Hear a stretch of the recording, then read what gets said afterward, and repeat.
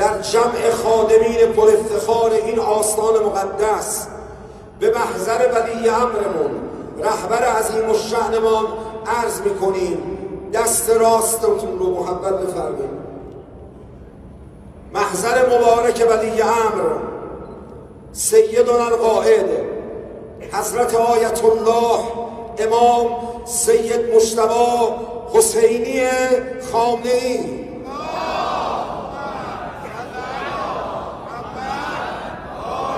الله المسلمین به طول بقائه الشریف.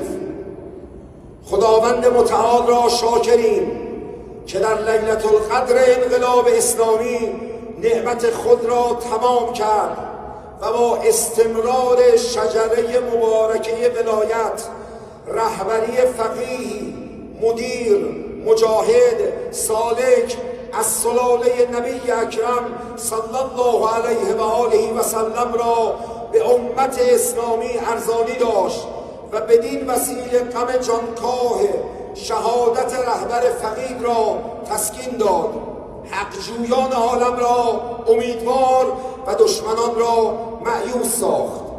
ما خادمین حرم فاطمه معصومه سلام الله علیها، داغ بزرگ شهادت قائد عظیم الشأن شهید، همچنین شهدا از بیت مکرم شما را به محضر شما تسلیت عرض می کنیم.